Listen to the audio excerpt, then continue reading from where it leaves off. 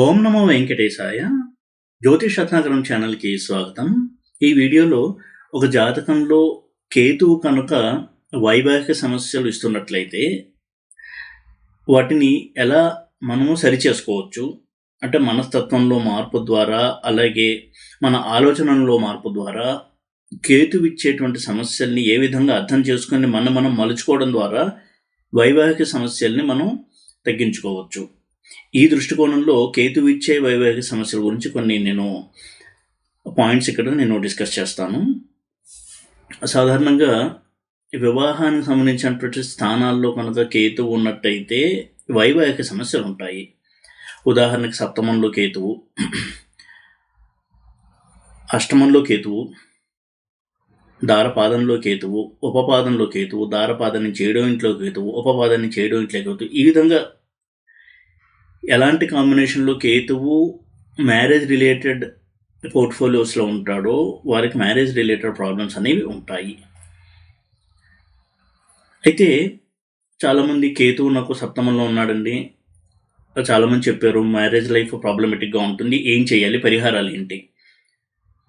అయితే పరిహారాలని జపాల రూపంలో కావచ్చు, లేదా ఏదో ఒక దానం ఇవ్వడము, ఇలా కాకుండా కేతు అక్కడ ఏం మెసేజ్ ఇస్తున్నాడు దాన్ని అర్థం చేసుకుని మన ఆలోచనల ధోరణిలో, మన యొక్క వ్యక్తిత్వంలో కనుక చిన్నపాటి మార్పులు చేసుకున్నట్లయితే చాలా మటుకు వైవాహిక సమస్యలు అనేవి తగ్గుతాయి.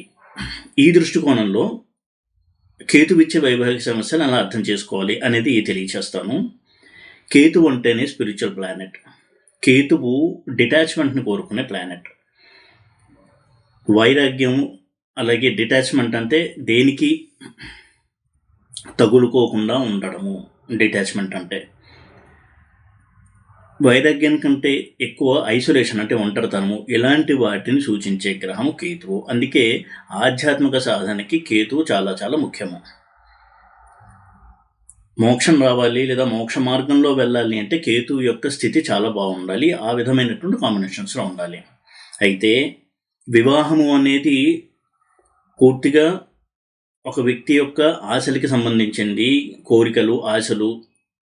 తను ఒక వ్యక్తిని వివాహం చేసుకుని ఫ్యామిలీ లైఫ్ స్టార్ట్ చేయడము, పిల్లలు, ఆ తర్వాత వాళ్ళు వృద్ధిలోకి రావడము, వీరు ఆనందంతో ఉండడము, ఇది వివాహం యొక్క లక్షణం.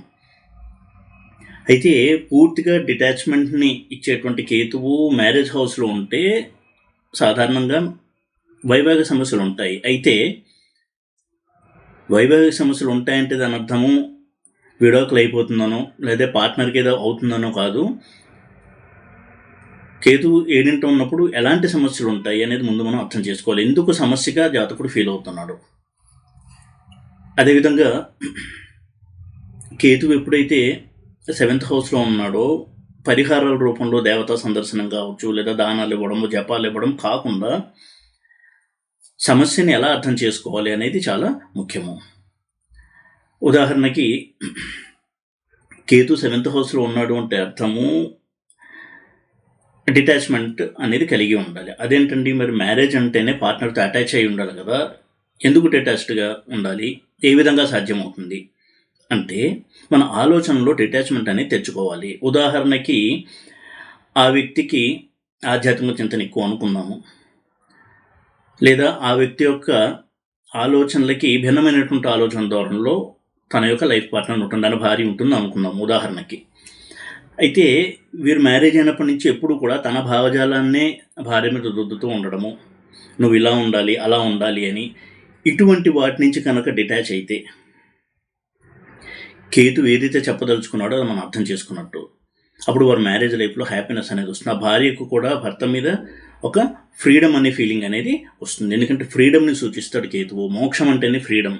ఈ బంధాల నుంచి, బంధాలు అంటే భార్య భర్త ఇవి కాదు, వాళ్ళతో మనకున్న అనుబంధం, మానసికమైనటువంటి బంధం, మానసికమైనటువంటి పట్టుదలలు, ఇవన్నీ కూడా ఎప్పుడైతే విడుదలవుతాయో అప్పుడు కేతు హ్యాపీగా ఉంటాడు. మ్యారేజ్లో కూడా అంతే. పార్ట్నర్ పట్ల మన భావజాలాన్ని రుద్దడము, తను అనుకున్నట్టే తన భార్య ఉండాలి, తన భర్త ఉండాలి అనుకోవడము, అలా ఉండకపోతే ఎక్కువగా టెన్షన్ పడ్డము, కోపపడ్డము, దీనివల్ల ఘర్షణ ఎక్కువ పెరగడము, ఇది ఎప్పుడు కూడా ఘర్షణకి దారితీస్తుంది. అందుకే కేతు 7th హౌస్లో ఉంటే ఎక్కువగా ఘర్షణ ఉంటుంది అంటారు.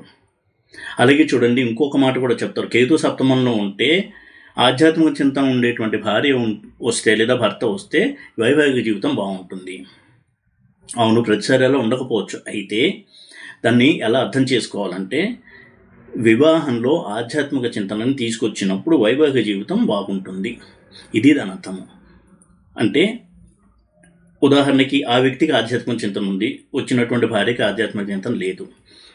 వీరు తమకున్న ఆధ్యాత్మిక చింతనని మ్యారేజ్లో కూడా అప్లై చేయాలి.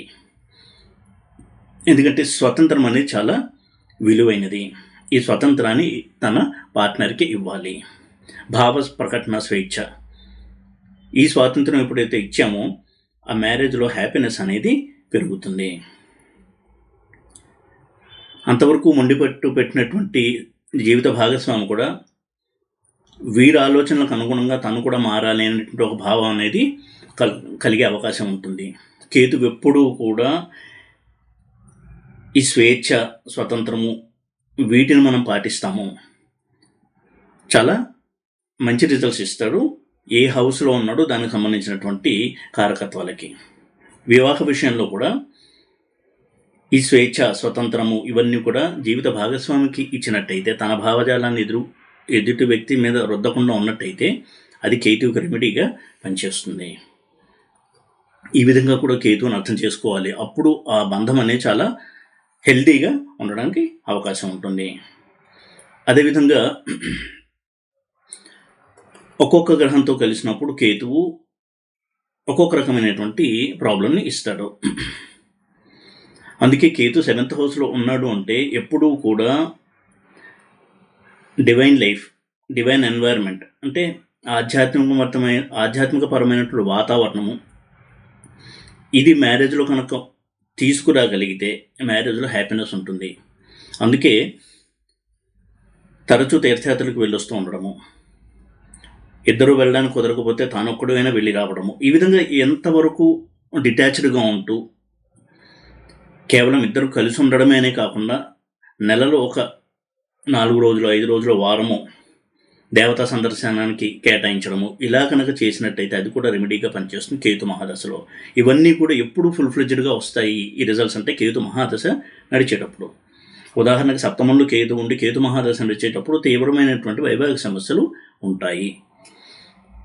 అలాంటప్పుడు ఇలాంటి చిన్న చిన్న టిప్స్, చిట్కాలు కనుక పాటించినట్టయితే చాలా మంచి రిజల్ట్స్ ఇస్తాడు కేతువు.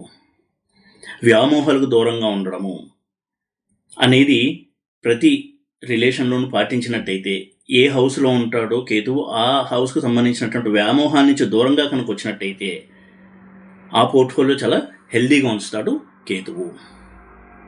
కాబట్టి వైవాహిక జీవితంలో కూడా తరచూ కొంతవరకు తన జీవిత భాగస్వామికి దూరంగా ఒక తీర్థయాత్రకి వెళ్ళి రావడం, లేకపోతే ఇద్దరూ కలిసి వెళ్ళి రావడం, ఇలాంటివి చేస్తుంటే అది కూడా రెమెడీగా పనిచేస్తుంది.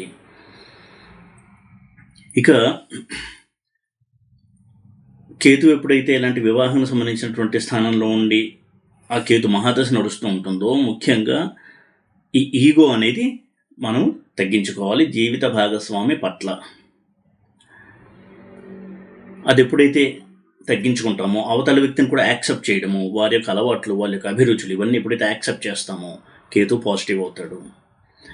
ఇటువంటి చిన్న చిన్న మనస్తత్వంలో మార్పులు చేసుకోవడం ద్వారా చాలా మంచి పెద్ద పెద్ద లాభాలని పొందొచ్చు.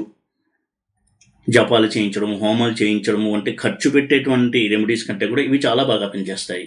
ఎందుకంటే కేతు చెప్తున్నదే అది. ఇంతకుముందు జన్మల నుంచి నీకు ఈ విధమైనటువంటి ఒక మొండితనము, అవతల వ్యక్తి మీద నీ భావాలను రుద్దడము అనేటువంటి అలవాటు ఉంది, దాన్ని మార్చుకో అని చెప్పడమే ఇక్కడ కేతు ఇచ్చేటువంటి మెసేజ్. అలాగే ఉదాహరణకి శుక్రకేతువులు కలిసి ఉన్నారు.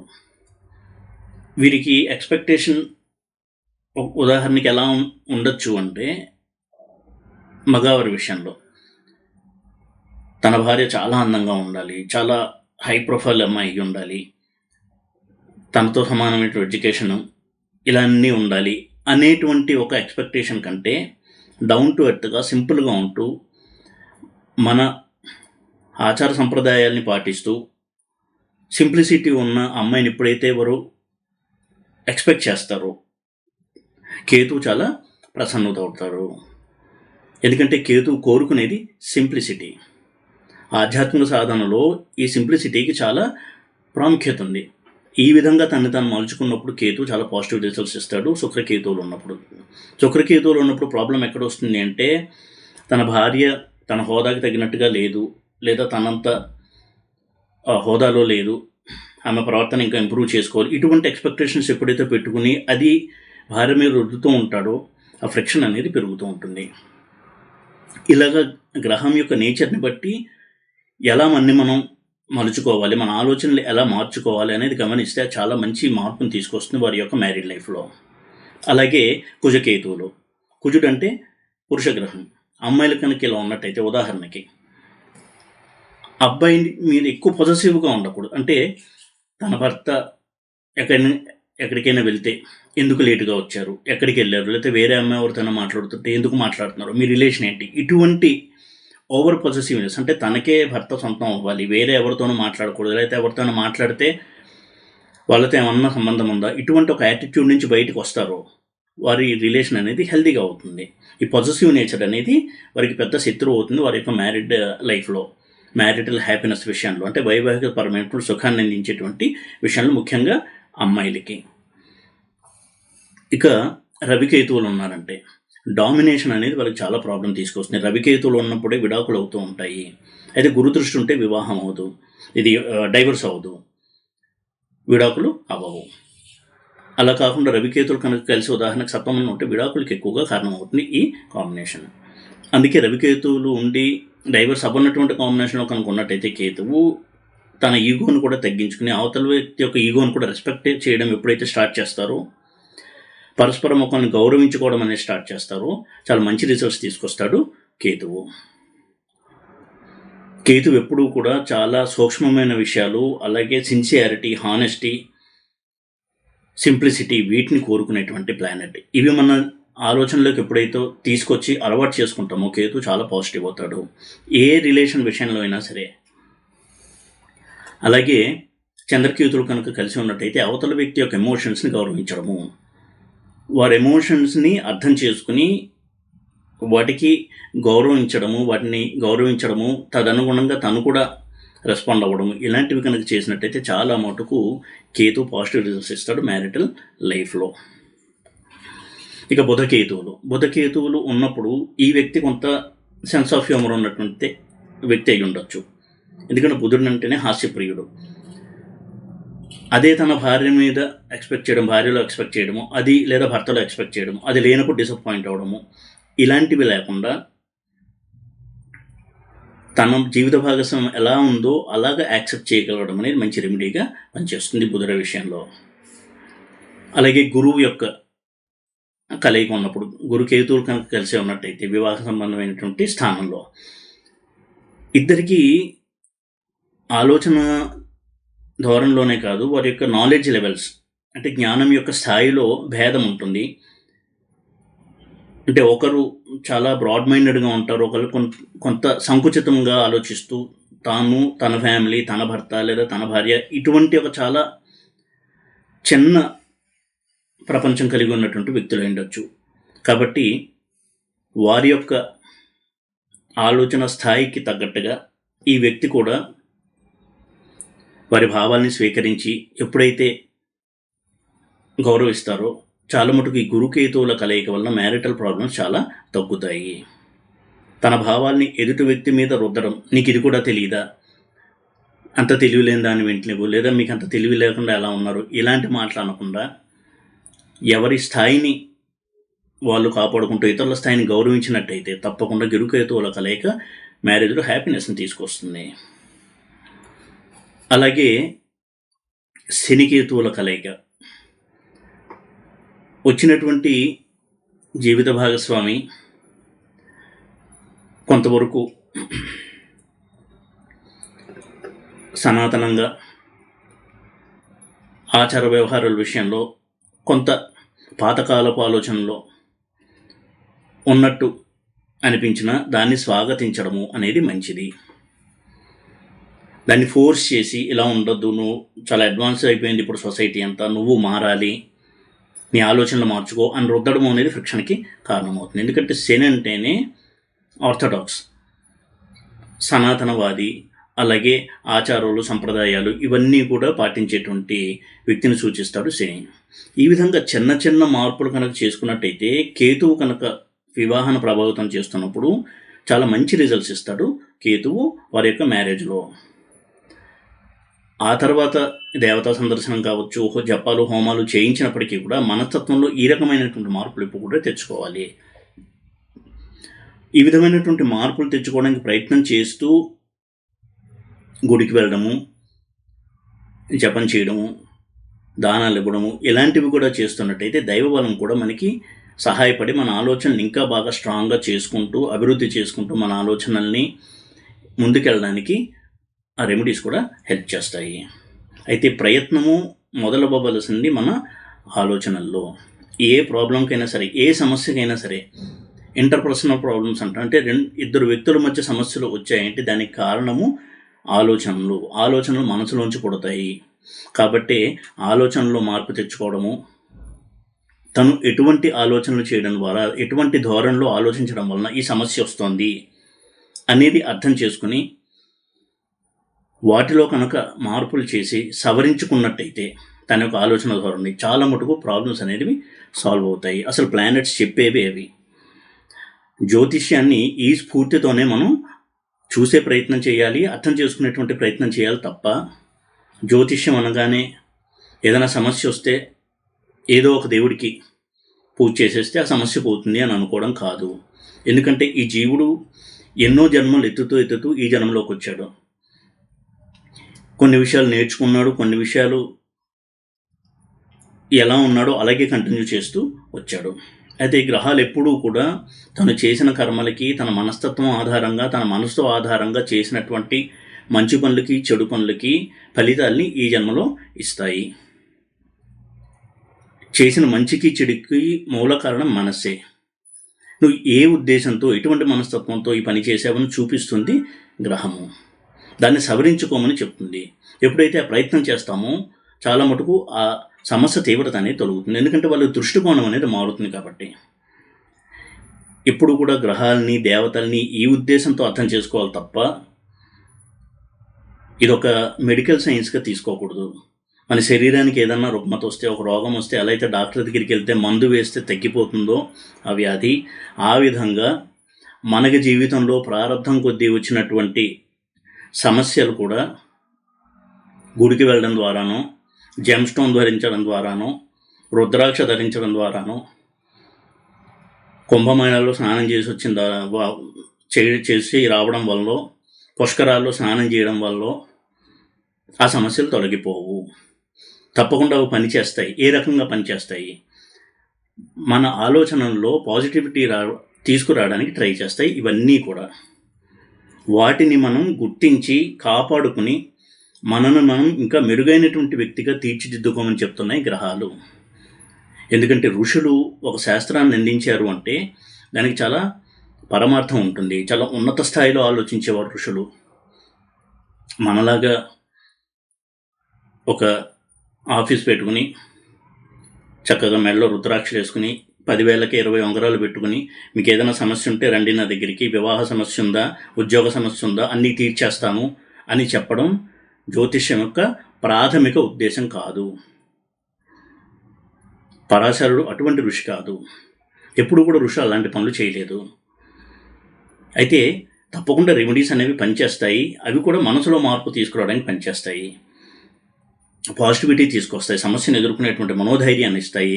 సమస్యలో ఉన్నప్పుడే మనిషి యొక్క మనసు చెదిరిపోయి చెడు పనులు చేయడానికి ప్రేరేపణ కలిగిస్తాయి. నెగిటివ్ థింకింగ్ ఎక్కువ అవుతుంది. అటువంటి నెగిటివ్ థింకింగ్ రాకుండా హెల్ప్ చేస్తాయి ఈ రెమెడీస్. దేవతార్చన కావచ్చు, దేవతా సందర్శనం కావచ్చు, ఇవన్నీ కూడా. అలాగే కేతువు కూడా చాలా తీవ్ర గ్రహం కాబట్టి కేతువు కనుక మ్యారేజ్ రిలేటెడ్ ప్రాబ్లమ్స్ ఇస్తున్నట్టయితే ఏం చెప్పదలుచుకున్నాడు కేతువు అనేది అర్థం చేసుకుని తన మనస్తత్వంలో కనుక మార్పు తెచ్చుకున్నట్టయితే తప్పకుండా వారు వైవాహిక జీవితంలో చాలా ఆనందం అనేది వస్తుంది. ఎందుకంటే కేతువు చాలా స్ట్రైట్ ఫార్వర్డ్గా ఉండేటువంటి గ్రహం. అన్ని గ్రహాల్లోకి సిన్సియర్గా స్ట్రైట్ ఫార్వర్డ్గా ఉండే గ్రహం ఏదన్నా ఉందంటే అది కేతువు. అందుకే కేతువు ఒక స్థానంలో ఉండి ఆ కేతువు యొక్క దశ వచ్చింది అంటే జీవితంలో చాలా మార్పులు వస్తాయి. అలా మార్పులు చేసుకోమని చెప్పడమే కేతువు మనకి ఇస్తున్నటువంటి ఒక సందేశం అని మనం గ్రహించాలి. అలాగే వివాహం విషయంలో కూడా కేతువు ఇస్తున్నటువంటి సందేశాన్ని అర్థం చేసుకుని దానికి అనుగుణంగా మనం కనుక మార్చుకున్నట్టయితే తప్పకుండా కేతు ప్రభావం వలన వచ్చినటువంటి వైవాహిక సమస్యలు చాలా మటుకు తగ్గి వారి యొక్క మ్యారేజ్ లైఫ్ అనేది హ్యాపీగా ఉండడానికి వీలవుతుంది. ఈ వీడియో కనుక మీకు నచ్చినట్టయితే లైక్ చేసి, షేర్ చేసి, సబ్స్క్రైబ్ చేయండి. ఓం నమో వెంకటేశాయ.